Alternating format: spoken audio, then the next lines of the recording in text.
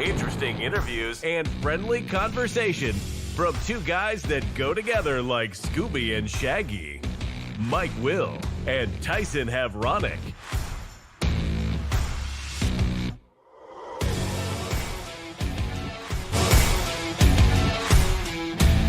Well, good morning, everyone. Welcome to another edition of Huddle Up here on Extreme Sports, and welcome to a Wednesday, the 14th day of January for 2026. Mike Will, Tyson Havronic, up and Adam here this morning. We've got all of your news, weather, and sports that you need to get out the door here this morning. The Nebraska men's basketball team, they won another game last night. They beat Oregon at Pinnacle Bank Arena, winning by the score of 90-55. The Huskers hitting a season-high 17 three-pointers in the ball game last night against the Ducks. We'll have some comments coming up from Husker head coach Fred Hoiberg. The Nebraska women's basketball team, they'll be in action tomorrow night as they take on Michigan State on the road. The Nebraska softball team is ranked number 11 in the Softball America preseason poll. The Huskers will start their season early next month in San Antonio, Texas. Hastings College basketball teams will be on the road tonight. They'll play at Concordia. Tough battle on both the men's and women's sides. We'll talk about that coming up. Had some high school basketball in the city last night. In fact, all the teams were in action on a Tuesday, so check out the results from last night. And Mike Tomlin stepping down as the head coach of the Pittsburgh Steelers. So all that and more is coming up this hour as he wake up and get going here. Tyson Havronic joining us from the Western Studios. Good morning, my man. And a good morning. Yeah, interested to get the Chiefs' thoughts on the Steelers situation with Mike Tomlin announcing yesterday that he was going to be stepping down. And that's kind of the path forward that Chief laid out. He said he's not going to get fired. It's going to be his decision. And his decision, interestingly enough, is to step down. So now that creates another domino in the coaching carousel that we didn't previously know was going to exist. And there's some big names with some big jobs, and we'll see how this thing all unfolds. It'll be very interesting. I'm going to propose a few things at you and just let it marinate. Like, we don't have to make a decision today. But I was doing a quick Google search, which is funny because Kirk Cignetti said, "Google me," when he first took the Indiana job because nobody knew who the hell he was. And if you do a Google search on Kirk Cignetti, he's from Pittsburgh. That's his hometown? That's his hometown, just saying. Really? Mm-hmm. So are you leading me to think that Cignetti is going to leave Indiana and take the Steelers job? I'm leaving food for thought. Wow, that's throwing interesting. meat to the wolves to start the rumor mill, but there's a path there, and like we said, and we've seen a lot of these NFL teams have waited to make any kind of sort of move right now. They don't really have to. There's not a transfer portal. They don't need to have stability within their programs until the draft. But if he wins at Indiana and wins a natty, what else has he got left to prove? Wow, interesting thought there. You're hitting me with some good stuff right out of the gate here. Interesting thought. Is he ready to dart out of Indiana and head to the NFL? He said he was not interested in the NFL a couple of weeks ago, but yeah, some new chips have fallen with Harbaugh leaving at Baltimore and now Tomlin leaving at Pittsburgh. Mm-hmm. So some interesting chips there. Tomlin, his record in 19 years at Pittsburgh, 193, 114-2 during the regular season. Never had a losing season. And he was 8-12 in the playoffs, including a Super Bowl victory and 13 playoff appearances. But with all that, he ends a frustrating 9-year postseason victory drought by stepping down yesterday. In fact, his last postseason win was in 2016 when Pittsburgh beat the Kansas City Chiefs by the score of 18-16. But that wraps up a interesting career for Mike Tomlin at Pittsburgh. I don't think he's done coaching. I don't think he'll be a candidate for a job in 2026, but expect his name to resurface again maybe for 2027 after 18, 19 years. I think he's got coaching burnout, and he just needs to take a year off. And you're not agreeing with me? No. I think he's got coaching burnout, and he wants to step aside for a year to rekindle his fire, so to speak, and he'll be back into the coaching ranks for the 2026 coaching carousel. I brought that up.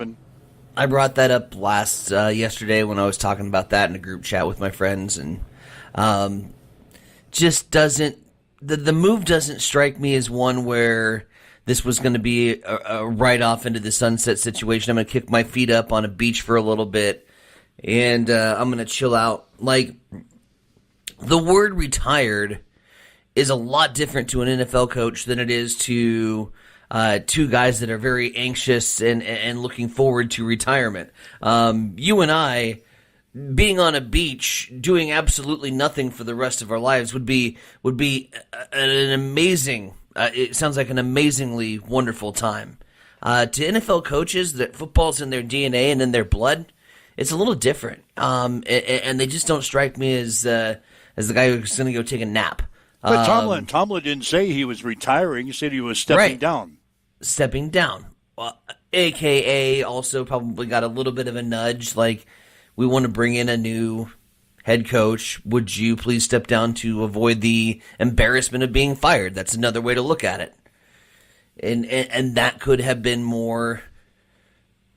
He earned the right to make the decision himself, but if he's feeling the pressure and consistently having to answer that question at the end of every press conference, you would be exhausted from your current home. So you're going to say he is going to be the head coach of one of the openings that we have right now in the National Football League. AC/DC once wrote a brilliant song called Money Talks. I think Money Talks here. I've got him linked to the Raiders job, maybe in Vegas. That would be sweet. His personality and his demeanor, so to speak, fits that organization out there. I think Harbaugh would also fit in Las Vegas and coach the Raiders. So I don't know. What's the best job that's currently open? I would say the Raiders. Yep. They got the number one draft choice coming up. You're going to get yourself Baltimore. No, I wouldn't take Baltimore. I think that would be second. Really? If I had my choice to coach the Raiders or coach Baltimore, I think I'd take the Raiders. I would too, but that's only because I have a new, beautiful, nice and shiny facility. You're going to get your franchise I'm in quarterback. Vegas. Yep. I got Vegas money. I got the Brady and Davis bank account. Yep. That I can go to. I agree with you. If I'm building long term. Now, I think if you're wanting instantaneous success, the job that you could hop into, and if Lamar Jackson stays healthy, the best job with the most security is Baltimore, but it also comes with the most expectations. Your expectations in Vegas right now is to win more than 2 games. To be realistic. So I think the one with the best opportunity for longevity would be Vegas. All right, here's an interesting thought here. Mm-hmm. Tomlin was under contract through the 2027 season, which included a club option that had a decision date of March 1st of 2026. Anyway, because Tomlin resigned while still under contract, the Steelers will retain his coaching rights and could negotiate compensation if he returns to an NFL sideline before the end of the 2027 season. So if Tomlin takes the job in Las Vegas, That'd be sweet. the Steelers would get compensation of some sort. Yeah, Tomlin was signed through the 2000. He signed an extension in 2024. Yep. It would keep him there through 2027. They had a club option for an additional year, but a decision had to be made by March 1st of 2026. So technically, Mike Tomlin still under contract with the Steelers through the 2027 season. And if he takes a job with another NFL team, the Steelers are going to receive a compensation of some sort. Well, good lawyers drafting up that policy. You give a guy a contract extension in the offseason of 2024 before the Steelers even had a quarterback, and then you're already negotiating a deal for Mike Tomlin that if he leaves, you're going to get some compensation. That's sketchy. Sketchy, but very well put together there by the Steelers.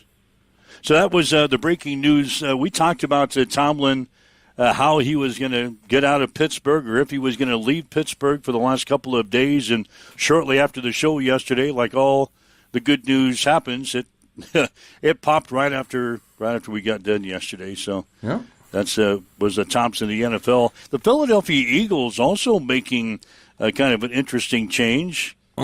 Kevin Patullo, who's been their offensive coordinator for the past year or so, he's been removed as the OC for the Eagles, not necessarily fired from the coaching staff. He'll probably stay on and coach a position, but Kevin Patullo is not going to be the Eagles' offensive coordinator.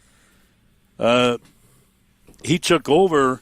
He was the passing game coordinator for the Eagles, and then he was the associate head coach, and then he was named to replace Kellen Moore as the offensive coordinator during the offseason because Moore took the job at New Orleans. Now, this year, obviously the Eagles were not as potent as they were in the past offensively. A sharp decline in offensive production. Their scoring dropped from 27.2 points per game, which was 7th in the NFL, to 22.3 points per game this year, which is 19th in the league. Their offensive efficiency dipped from 4th best in the league to 19th, and their rushing attack plummeted from 179 yards per game, which was 2nd in the league, to 116.9, which was 18th in the league. So the numbers bear out there. Coaching change for the offense is necessary for Philadelphia. The Eagles obviously eliminated from the playoffs, and Kevin Patullo will be replaced as the OC at Philadelphia. Well, you just love to take those jabs at Philly any opportunity you can get, man. Good stuff. Let's get to the comment section. Ryan Martin is chiming in. He is a happy camper today. I was going to get to that. It's on my list today, Ryan. Yep. It really is. Big upset. Kansas knocking off Iowa State last night in basketball, 84-63. Wow. Down goes the Iowa State Cyclones as an undefeated team. Mm-hmm. Kansas wins last night, 84-63, first loss of the season for Iowa State. Trey White, 19 points, 3 early three-pointers to propel the Jayhawks to the win. Darren Peterson had 16 points. Kudos to Kansas. They're not done yet. The Kansas Jayhawks winners over Iowa State, 84-63. That helps us out. Yeah, Nebraska, are we going to move up? We thank you. Iowa State, falling from the ranks of the unbeaten. Nebraska was number 8 in the poll. Iowa State was number 2. Move on up. Okay, as long as we're talking college basketball, let me get to this. You have the projected seeds that I was talking about yesterday that you scoffed at. Fox Sports has come out with their projections for the NCAA tournament. The last 4 teams in their projections. God, it seems early to be talking about the NCAA tournament. We're here.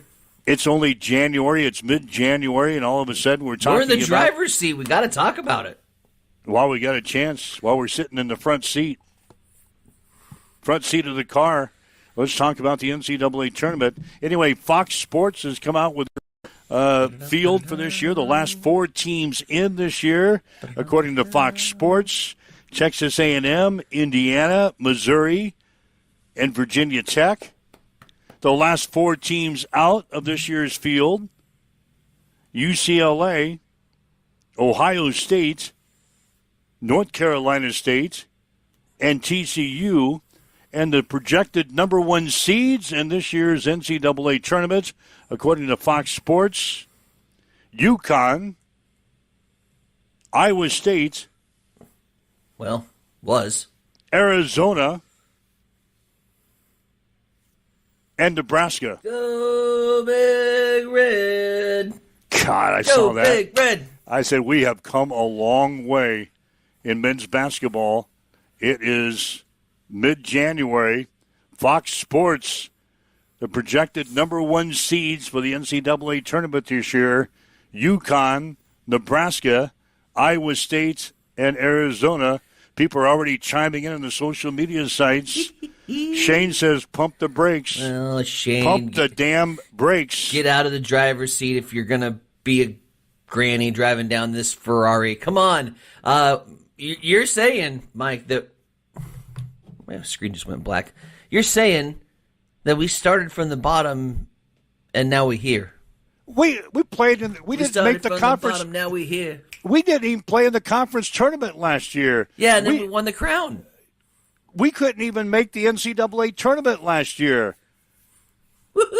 We were relegated to the college basketball crown in a tournament that we didn't even know if we wanted to play in or not. And now we're beating Oregon by 30. Now we're beating Oregon by 30 points, and Fox Sports has come out this morning and saying Nebraska is a potential number 1 seed in the NCAA tournament. They got us going to the South Regional, and they got us playing Arkansas Pine Bluff in the opening round.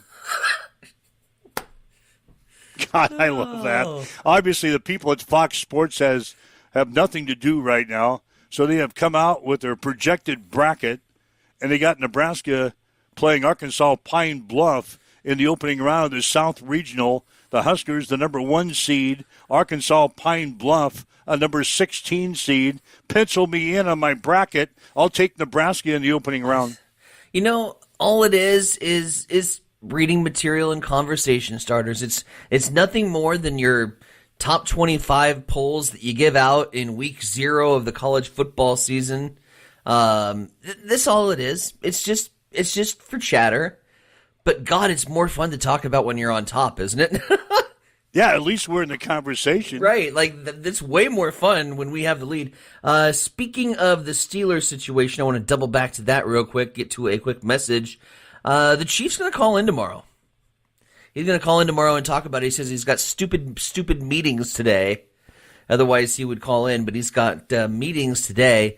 He's going to call in tomorrow to kind of get the Steelers fan perspective of the Mike Tomlin situation and a good list of coaching candidates that they'd like to bring into Pittsburgh. So, Steelers fans, your chief will be speaking tomorrow morning. Oh, good. All right, looking forward to that. So, all right, we've bounced around here to begin the show, but that's all right. Marcus Freeman, we talked about him this week. Yeah. He's expected to remain the head coach of Notre Dame in 2026, despite some recent interest from several NFL teams. Yeah, you wouldn't. Freeman received an enhanced contract last month to stay at Notre Dame, but he's been linked to multiple high-profile NFL head coaching jobs in recent weeks. Of course, the Steelers becoming the latest team to join the ranks there. Notre Dame, now this is kind of interesting. Notre Dame announced yesterday that Freeman will hold a news conference today. And that fueled some speculation that he might bolt South Bend for an NFL job. But, yeah, they scheduled a news conference yesterday for Marcus Freeman to address the media today in the South Bend. That's bad timing. Yeah, it's probably a end-of-the-season type of news conference. But, sure. But, yeah, with all the coaching stuff and all the rumors going around, Notre Dame, they scheduled this news conference for today. So that's going to be kind of interesting to watch. Could he be throwing a curveball at us here? And Marcus Freeman all of a sudden says, yeah, I'm interested in those NFL jobs. So here's the thing. I wouldn't be if I was the head coach of Notre Dame football. We are at now with the amount of money that's in these contracts for collegiate coaches and with NIL and essentially college football becoming a professional sport. We'll call it what it is. It is professional sports now. We're in a situation where there are some jobs in college football. Notre Dame, Nebraska, the Blue Bloods, your LSUs, Alabamas, Georgias. We'll toss in Penn State, Ohio State, Michigan for the mix. Okay. The Blue Bloods of college football, if you have a job, a head coaching job there, that's more attractive to me than going to get your tail kicked by taking the Atlanta Falcons job, winning 2 games, and getting fired the very next year. Or the Cleveland Browns job. Yeah, it is more lucrative to me at the moment because of the landscape that has been creative for collegiate coaches to stay there. Yeah, if I'm with you. If I was a coach of one of those teams that you just mentioned, and I had an offer to go to the NFL with the vacancies that we've got now,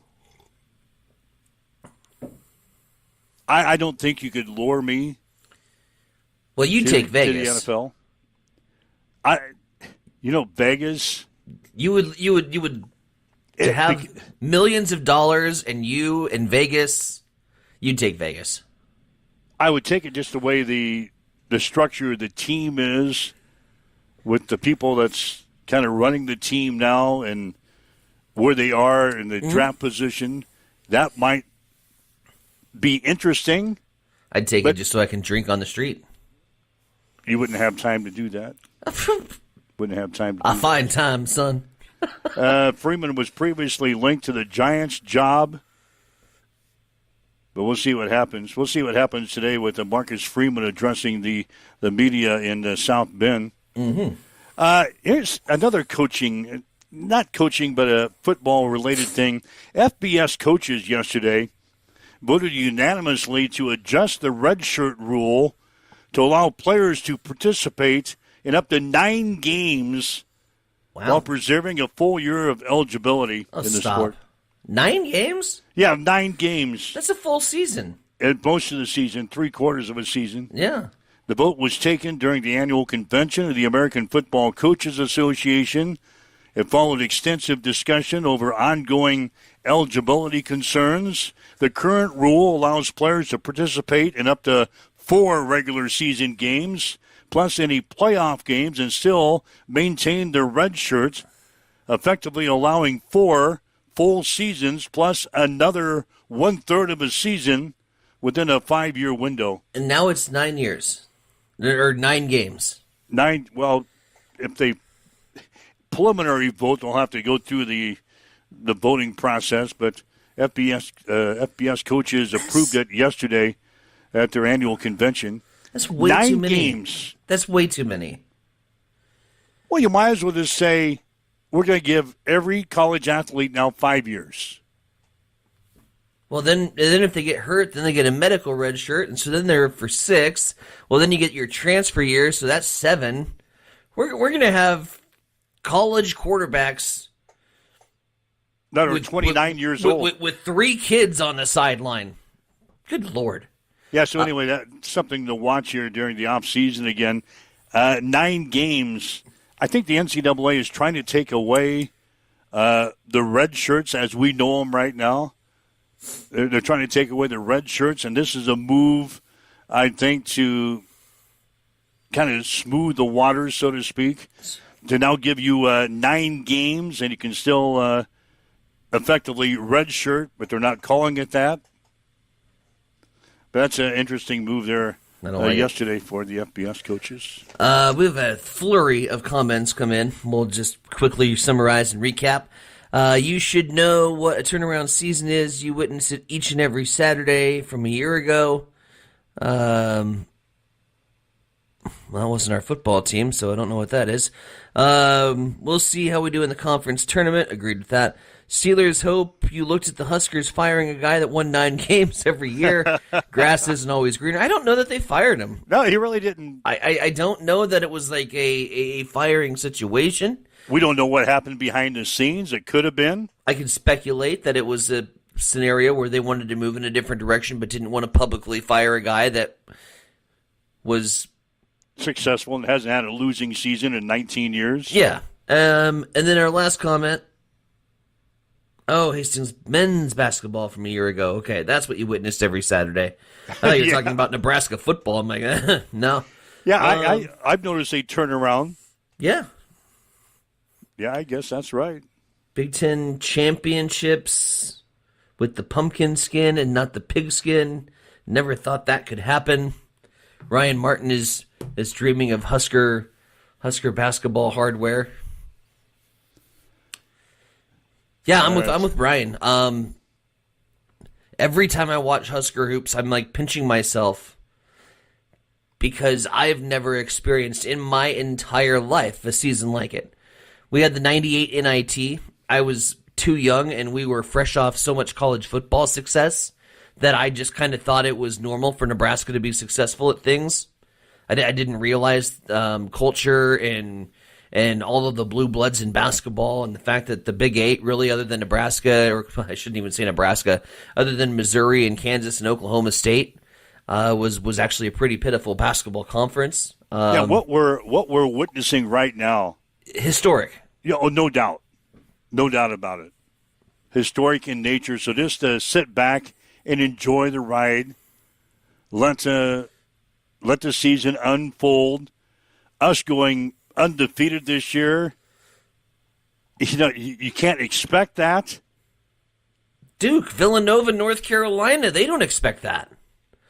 Tom Izzo at Michigan State, they don't expect undefeated. But if it happens, you need to bounce back quick. I'm saying if we go undefeated, just enjoy this ride. Sit back and enjoy the ride. And 20 years from now, 30 years from now, you can tell your grandkids or whatever. I can't wait. Back in 2025, the Nebraska basketball team did such and such and such and such and such of this. Had the most amazing run, historic run. And they're going to look at you like, what? I cannot wait for the first dumbass to make a comment on those Husker pages when it happens, because it's eventually going to happen. It's the law of nature and the basketball gods, right? Yeah, you can't expect us to go undefeated. And I don't. But you know how our fan base is. I know where you're heading. Oh, you know it. We're gonna like stub our toe. Yep. Against Iowa. Well, like this week. Yep. Like this Saturday, we play Northwestern on the road. Oh, that realistic possibility. Realistic possibility of a letdown trap game. And you know what the first comment's going to be out of the gate. Out of the chute. Yep. Oh, we suck. This team sucks. We need to get rid of the coach. Fire the coach. God, we got one loss this year. And that person is going to get absolutely eviscerated on social media, and I cannot wait for it. There'll be somebody that there'll be that drunk fan that takes to his phone way too early and makes a stupid ass comment about Hoiberg. I said this team sucked. I'm gonna light him up. I told you at the beginning of the season this team sucked. I basically have my response ready to just copy and paste when that happens. Because you know what's going to happen. Oh, You know it's going to happen. It's going to happen. All right, great first half of the show today. Talked a lot here this morning. 402-834-1330 is the Hamilton Telecommunications fan line. If you'd like to chime in with us and discuss something we have talked about already today or something on your mind, leave us a message on the social media sites. We're being deluged with the comments this morning. We enjoy that. Thank you very much for that. One other note here. Okay. Before we get to our news break, and this may or may not trip your trigger at all, but Tony Stewart is returning to NASCAR competition for the first time since 2016. Smoke? Smoke. When he drives for Colleague Racing in the debut of the Ram truck at next month's season-opening race at Daytona International Raceway. He's a three-time NASCAR champion, Hall of Fame inductee. He last raced a truck in 2005 at NASCAR's national level. Now he drives for Dodge in the NHRA Drag Racing Series and racing for a colleague as it brings Ram trucks back into NASCAR. That was evidently the perfect fit. So they got Smoke to drive their brand new Ram truck that will be making its debut at Daytona next month. Smoke has won 6 truck races in his career. He's run 6 truck races with 2 wins. His last one was in 2003. So Tony Stewart. But he's ineligible for fantasy NASCAR because he's just in the truck series, right? Yeah, this is the truck series. Okay. That's all he's going to do. That's all he's going to do is the truck series. Evidently, Dodge. Didn't know if I needed to add him to my fantasy draft board or not. No, that'd be something that Stroman would do. That Stroman would write in Tony Stewart for the NASCAR race this week. No, but Tony's coming back just to run the debut, evidently Dodge getting back into racing. Cool. At least on the truck level. They've got a brand new Dodge Ram truck. They'll be debuting, and Tony Stewart will be the driver of one of those Dodge Ram trucks at the Daytona International Raceway coming up next month. So, Motor Trend Truck of the Year. all right, those will be your news and notes for us here. Waking up with Mike and Tyson. This is Huddle Up on Extreme Sports at 7:33.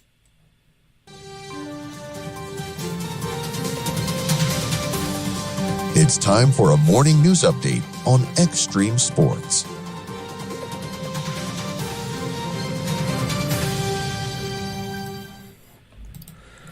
All right, we will start at the state capitol today, where we have finally put an end to the saga of State Senator Dan McKean.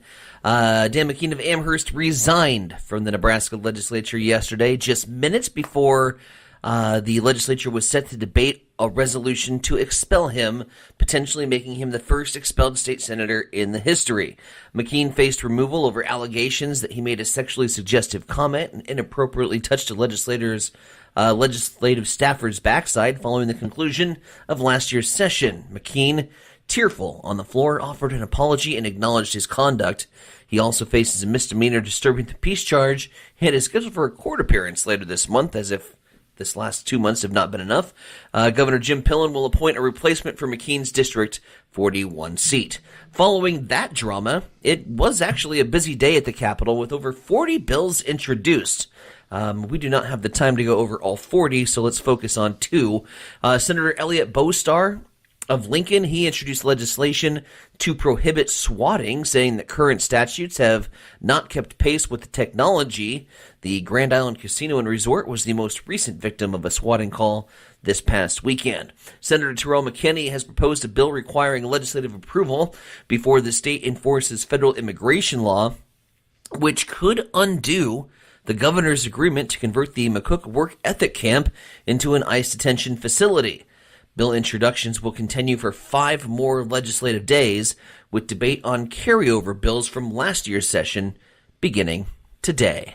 It is coming up on 7:35. We'll head over to the East Side Studios. Mike, what's going down in sports? Behind the season high 17 three-pointers, the Nebraska men's basketball team remained undefeated with a 90-55 win over Oregon last night at PBA.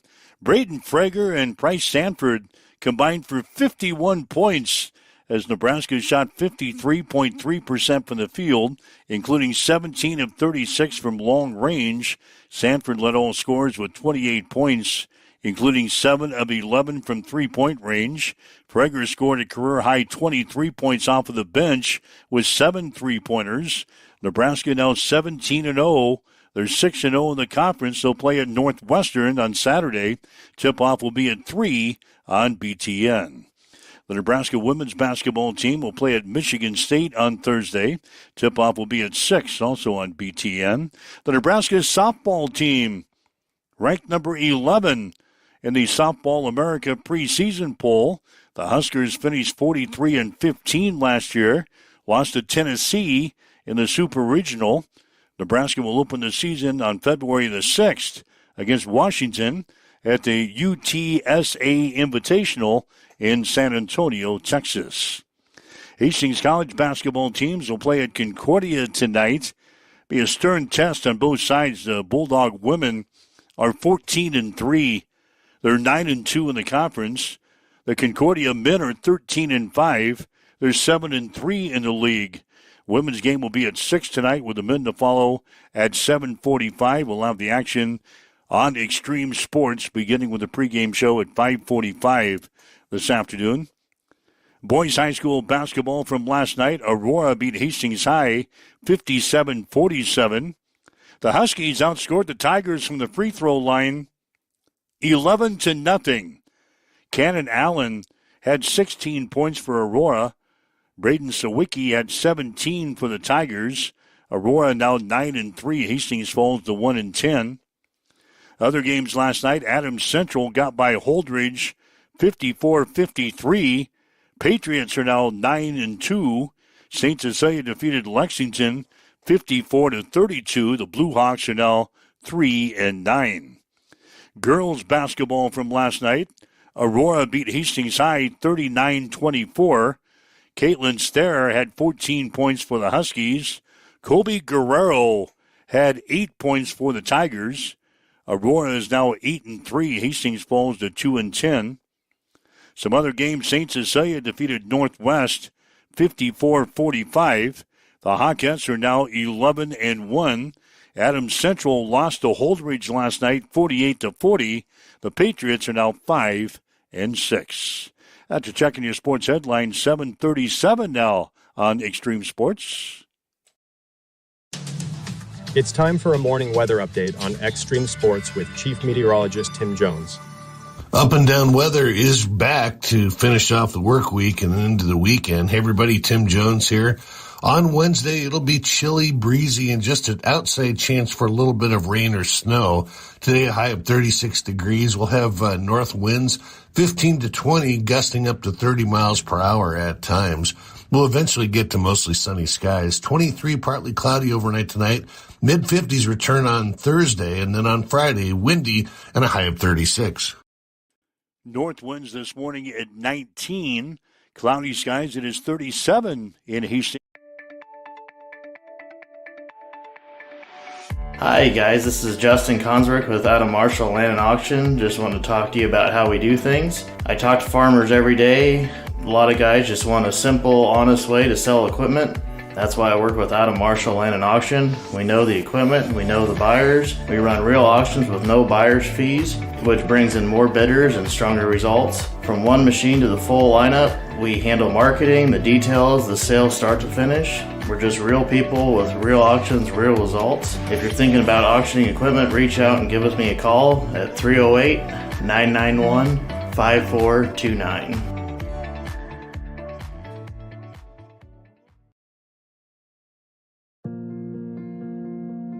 I'm John Butler, funeral director and owner at Livingston Butler Vollen Funeral Home and Cremation Center in Hastings. And I'm Nikki Butler, the advanced funeral planning specialist.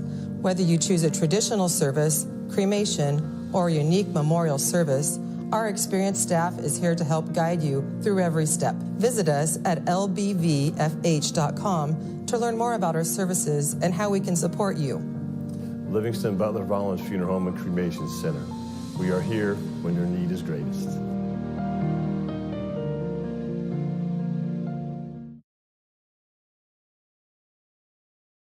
Hamilton has been providing IT solutions for businesses across the state of Nebraska for more than 3 decades.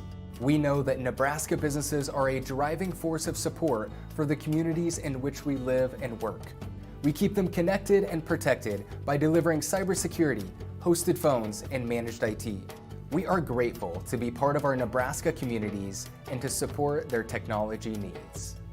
More information at Hamilton is Business. Get ready for the ultimate trivia experience with Extreme Sports Trivia. Play from anywhere at home, on the go, or at your favorite bar or restaurant. Compete live against players from all over in real time, answering questions across categories like sports, pop culture, Marvel, and more. Want to see how you stack up? Track your progress with live leaderboards and aim for the top spot. It's free, fun, and super easy to play. So what are you waiting for? Sign up today at extremesports.com trivia and start playing now. And keep an eye out. We're coming soon to a bar or restaurant near you.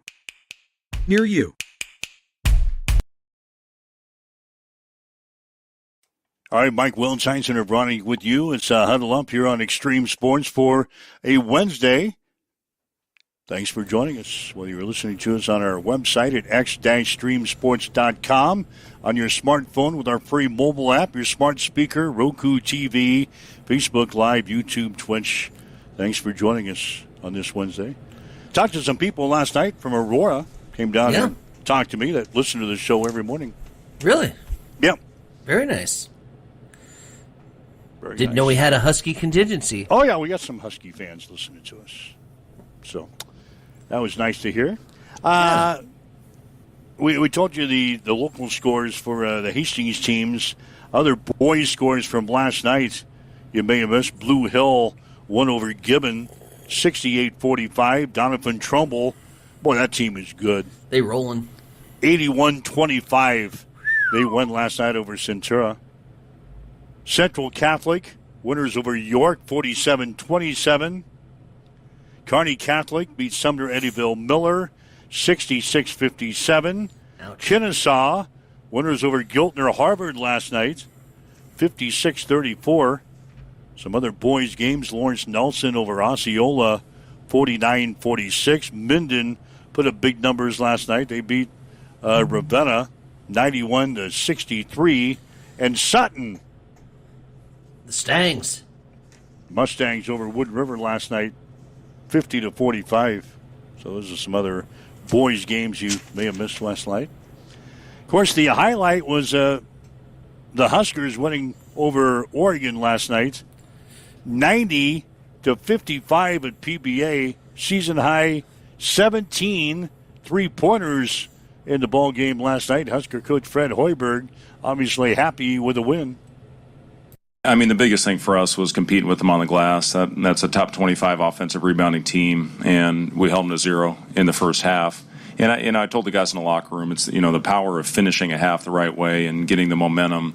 I give Oregon a lot of credit for the way they came out, and it was, if I'm not mistaken, 28-28 with about 3 minutes to go, and then we end up with a double-digit lead going into halftime. And then I was really proud of how the guys responded coming out and throwing the first punch, and then really keeping our foot on the gas for the entire 20 minutes in the second. And, listen, the travel that Oregon has had this last week is crazy, to play west or on the East Coast and then fly back for one game and then come back to the, I give these guys a lot of credit for the way that they came out of the gate. And, Dana's one of the best to ever do it. And, they're going to figure it out and hopefully be home and get some rest. But, I'm proud of our guys. They really did. We talked about that before the game. If we win the glass, we're going to have a really good chance to win the game. And that's what happened. Yeah, the coach says the Huskers were locked in defensively in this game. They started big, and a lot of times Sam got switched off onto a 6'10 guy, but I really thought he battled down there and was all over the place. I think had 5 steals at halftime. And, you look at our numbers. I love the 20 assists, 6 turnovers, the 11 steals, scoring 24 points off of turnovers. I just thought we did a lot of really good things out there tonight. And the thing I'm most proud of is, times we've gotten a lead and then allowed a team to come back. We just kept extending it. I told Frager in the first half, I said, shoot the damn ball. He had a couple, I thought, wide open that he just drove into a crowd and drove into a pile. And it was good to see him get it going. Price, obviously, it's fun to watch him. We've got different actions based on where he is on the floor at all different spots. And our guys did a really good job finding him. They screened well. And then it was good to see Braden, get it going again as well to extend that lead up into the 30s. We got new shirts to make. Shoot the damn ball.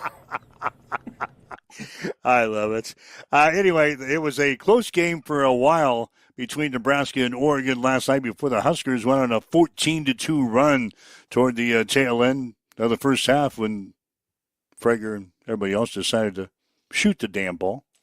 We found the right guy, and it was Price. He got us going. Rink, obviously, in foul trouble, our all-league player. And, for us to be there and extend it the way we did, I think is a testament for the depth of this team and the unselfishness, the character to be able to go out there and continue to compete without the guy that we run our entire system through.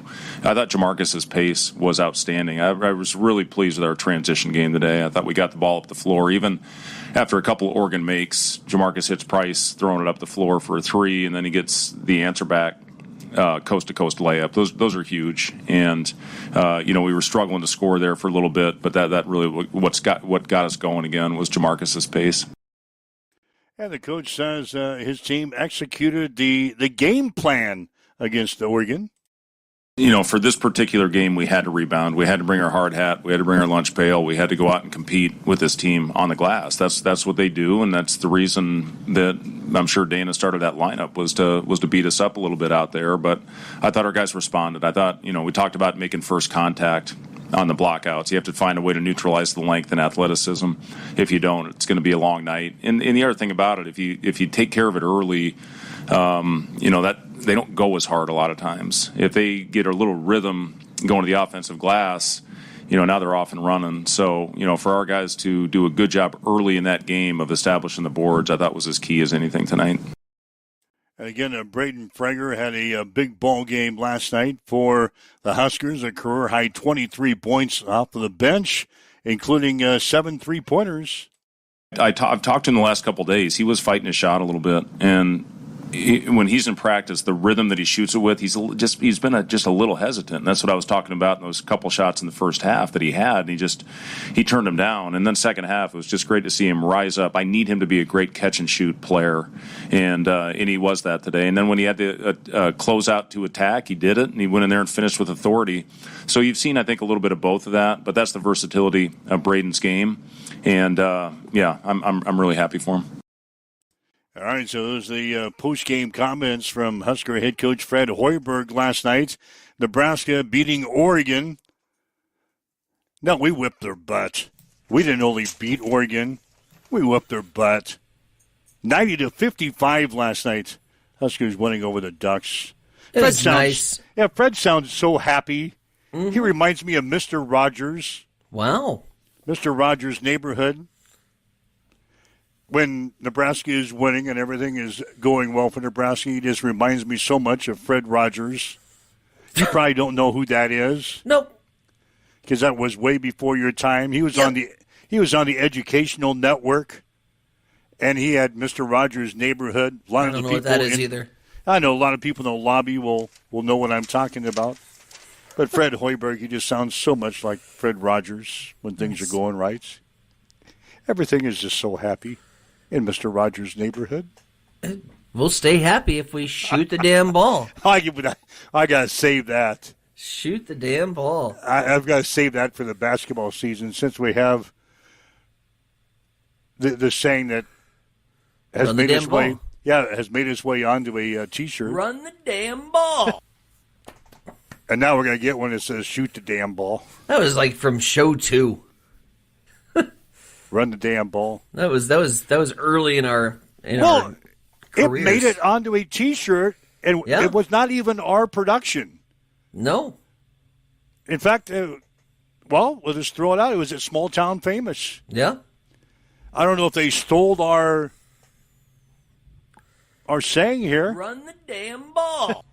We didn't trademark it because we're idiots. Yeah, we didn't trademark it, so I'm sure they stole it and put it on a T-shirt, which Jim now they're making Sliker, money. Our horse racing guy, Jim Sliker, was shopping there at Small Town Famous, and he saw the shirt with. So that's where my shirt's at. Ball. Yeah, so he picked it up and he bought it for us. No, yeah, everyone shoot the damn ball. Shoot the damn ball. Oh, I know some people that's got a T-shirt press. I need a T-shirt. Put it in an order for me. Just every time that you have a saying, a coach speak. Well, yeah, that one kind of sticks out. I like shoot the damn ball. Shoot the damn ball. I want that on a T-shirt. And like have the N in damn be like the Nebraska N. Oh, now that's clever. See, I'm the marketing guy. Shoot the damn ball and have the N. Yep. Like the Huskers. Because it's like right in the middle of where that shirt would be. Yeah, of course, we probably have to pay trademark to Nebraska if we do it that way. I'm willing to fake it enough. Yeah, if we cause that much commotion with our shirts. All we got to do is like center the N a half an inch to the left and be like, no, that's not the same logo at all. It's not the same logo. It's not the same logo at all. And we'll give you proceeds from our sales.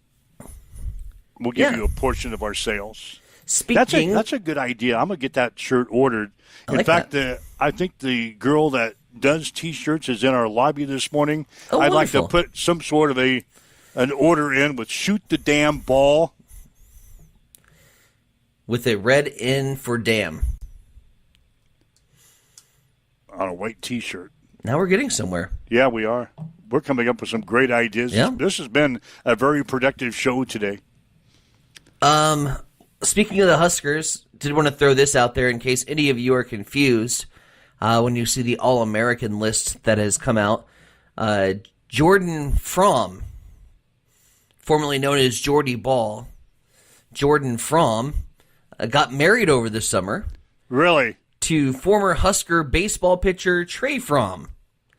They got married at a beautiful farm wedding in August. I opened up the All-American. I was looking to see where Jordy Ball was. And I scanned over the list. I'm like, did Jordy, is she back? What's going on with Jordy? So Jordy Fromm. So now she's known as Jordy Fromm? Jordan Fromm. That's going to screw us up. So that's why I wanted to put it out there. So next time that you're doing sports. Don't think it's a typo. Don't think it's a typo. So Jordy Ball is no longer Jordy Ball. Jordy Fromm. She's going to be Jordy Fromm. Mm-hmm. God, college kids should not be able to get married until after their eligibility is over. Stop it. Well, it screws us up. Just think, if you were the play-by-play announcer for Nebraska softball and you've known Jordy Ball all these years, and now all of a sudden you got to start calling her Jordy Fromm. How many times would you screw that up during a broadcast? I can just imagine myself. I'd screw it up 95% of the time. Oh hell, I still call Doane College. Yeah, I know they're Doane University, and every time Doane comes around, because I spent God knows how many years growing up in the old Nyack, it's still Doane College to me. They'll always be Doane College. Yeah, I know they've officially named. Yeah, about 5 years ago, if that, yeah. Maybe 10. Yeah. The first time you called a Doane Hastings game, I had to make that correction for you. I still screw it up. Actually, I didn't even make the correction. Somebody that was listening to the game said you ought to tell Tyson that 10 years ago they changed the name to Doane University. Now I just say Doane. Yeah, it happens. It happens. If that's the worst thing that could happen to you, yeah, it's all right. If the worst thing is you say Jordy Ball instead of Jordy Fromm, you'll know where I'm coming from. We know where you're coming from. All right, 7:54. Waking up with Mike and Tyson here this morning. This is Huddle Up on Extreme Sports.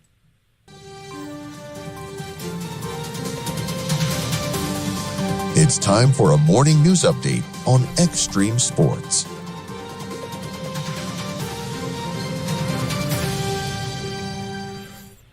We'll head over to the state capitol for our morning news update this morning, where State Senator Dan McKean of Amherst resigned from the Nebraska legislature yesterday morning, just minutes before the legislature was set to debate on a resolution to expel him, potentially making him the first state senator in the history of the legislature to be expelled. McKean faced removal over allegations that he made a sexually suggestive comment and inappropriately touched a legislative staffer following the conclusion of last year's session. McKean, tearful on the floor, offered an apology and acknowledged his conduct. He also faces a misdemeanor disturbing the peace charge and is scheduled for a court appearance later this month. Governor Jim Pillen will now be in charge of appointing a replacement for McKean's District 41 seat.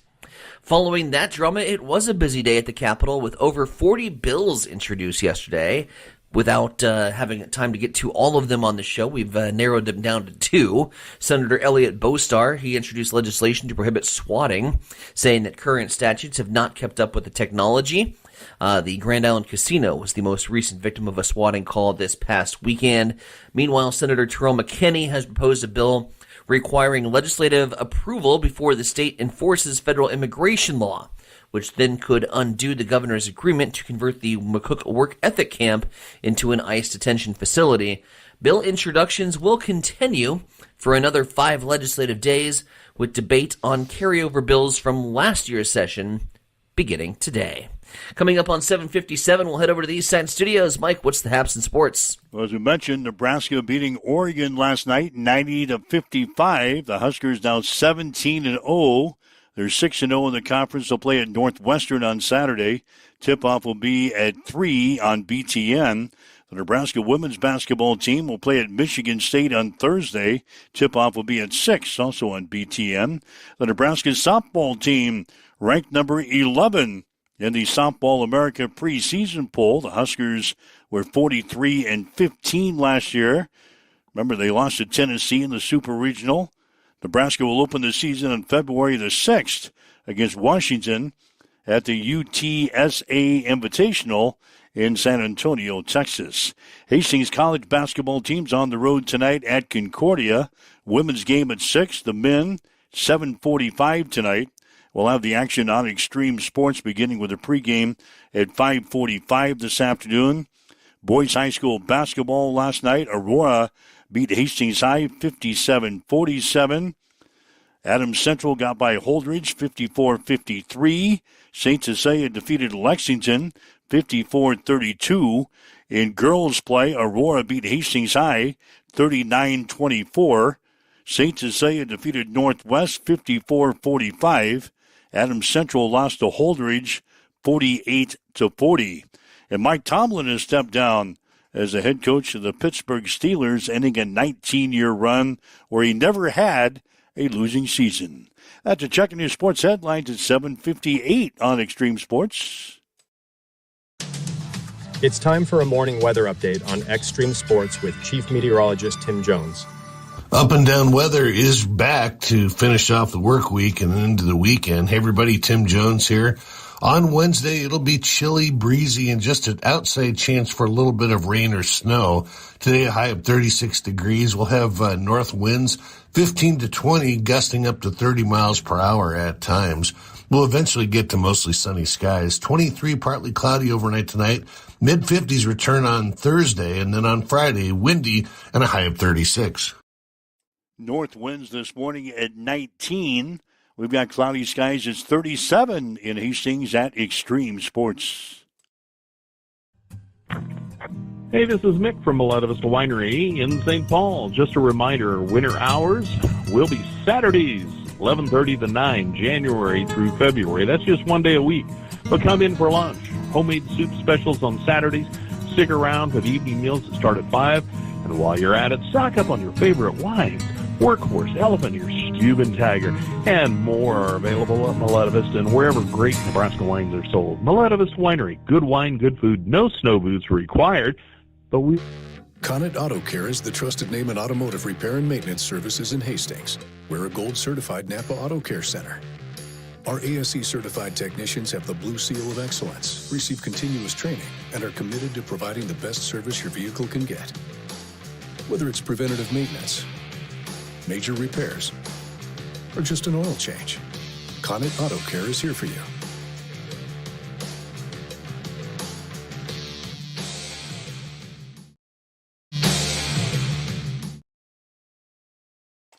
All right, Mike Will, Tyson and Bronick with you. It's Huddle Up on Extreme Sports. Again, later on today, we'll have Hastings College basketball on the road playing at Concordia tonight. 6 o'clock for the women's game, 7:45 for the guys on there with a pregame show at 5:45 this afternoon. So join us for some Bronco basketball tonight on your exclusive home for Bronco Sports. That's Extreme Sports, Hastings and Concordia. Coming up for you tonight. Boy, we've covered a lot today. We leave anything out there on the plate we need to discuss? We can talk more about it tomorrow. Not really a happy Cardinals fan today. Baseball winter meetings and free agency and trades are now in full swing.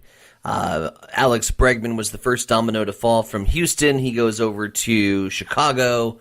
The Cubs load up, and then the Cardinals have basically decimated their entire offense.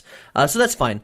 Nolan Arenado, the star third baseman who came over from Colorado, has been traded to the Diamondbacks for pitching prospects. I can't sit here on every show and say we need pitching, and then bitch when we get pitching. So... Here we go again. They didn't have to take my favorite player to get pitching. Here we go again. And the season hasn't even started yet. Also got Ryan Stanek yesterday, a bullpen arm. So Cardinals kind of loading up the bullpen. They're doing what you told them they had to do. I know, but they got rid of my favorite player. So it kind of stings. All right. But I'll get over it. It's not like I had 3 jerseys of him. Yeah, did you have any? I had 3. With his name and number on them? Yeah. Team USA jersey, which I can still wear. Colorado jersey. And, Cardinals home jersey. All right. Shane has chimed in with, won't you be our neighbor? Nope. Still don't know. That's Fred Rogers' most famous quote. Won't you be our neighbor? Yeah, Tyson, he is so young. Didn't watch a single episode. Yeah, you are so young. At 40. Well, Shane is your 40. age, and he knows about Mr. Rogers' Neighborhood.